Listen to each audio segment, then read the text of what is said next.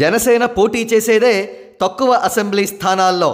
ఆ తక్కువ స్థానాల్లో కూడా చంద్రబాబు నాయుడు గారు తన బీసీ కాలం నాటి కుయుక్తులు పన్నితే ఎలా అని వాపోతున్నారు జన సైనికులు. వివరాల్లోకి వెళితే జనసేన పార్టీ అగ్రనేతల్లో ఒకరైన నాగబాబు గారిని అనకాపల్లి లోక్సభ స్థానం నుంచి పోటీ చేయవలసిందిగా పవన్ కళ్యాణ్ గారు ఇటీవల డిసైడ్ చేసిన విషయం తెలిసిందే.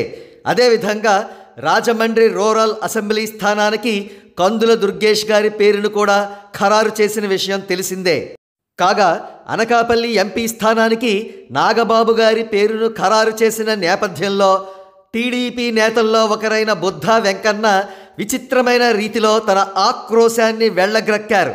తనకు అనకాపల్లి ఎంపీ టికెట్ను లేదా విజయవాడ వెస్ట్ ఎమ్మెల్యే టికెట్ను కేటాయించమని చంద్రబాబు నాయుడు గారికి డిమాండ్ చేశారు. వాస్తవానికి ఇలా డిమాండ్ చెయ్యమని చెప్పిందే చంద్రబాబు నాయుడు గారు. ఇకపోతే రాజమండ్రి రూరల్ స్థానానికి కందుల దుర్గేష్ గారి పేరును పవన్ కళ్యాణ్ గారు ఖరారు చేసిన అనంతరం TDP senior leader Gorantla Butchaiah Chowdary ఆగ్రహంతో రగిలిపోయారు. అలా రగిలిపోయి ఆయన వేసిన ట్వీట్ను చూడండి. ఆయన తన కార్యకర్తలకు హామీని ఇస్తున్నారు. రాజమండ్రి రూరల్ నుంచి ఎమ్మెల్యేగా కంటెస్ట్ చేయబోయేది తానేనని. ఈ ట్వీట్ను వెయ్యమని గోరంట్ల గారికి చెప్పింది చంద్రబాబు నాయుడు గారే. అంతేకాక బుద్ధా వెంకన్న గారిని అనకాపల్లి ఎంపీ టికెట్ లేదా Vijayawada west MLA ticket demand చేయమని సలహా ఇచ్చింది కూడా చంద్రబాబు నాయుడు గారే. ఎందుకు చంద్రబాబు నాయుడు గారు ఇలా ప్రవర్తిస్తున్నారు అనే అనుమానం వచ్చింది కదూ.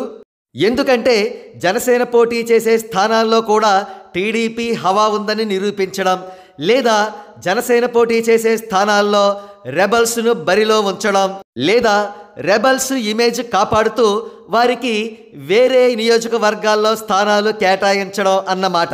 అయితే ఇవి చచ్చు తెలివితేటలు మరియు బీసీ కాలం నాటి స్టేల్ అయిపోయిన కుయుక్తులు అంటున్నారు రాజకీయ విశ్లేషకులు.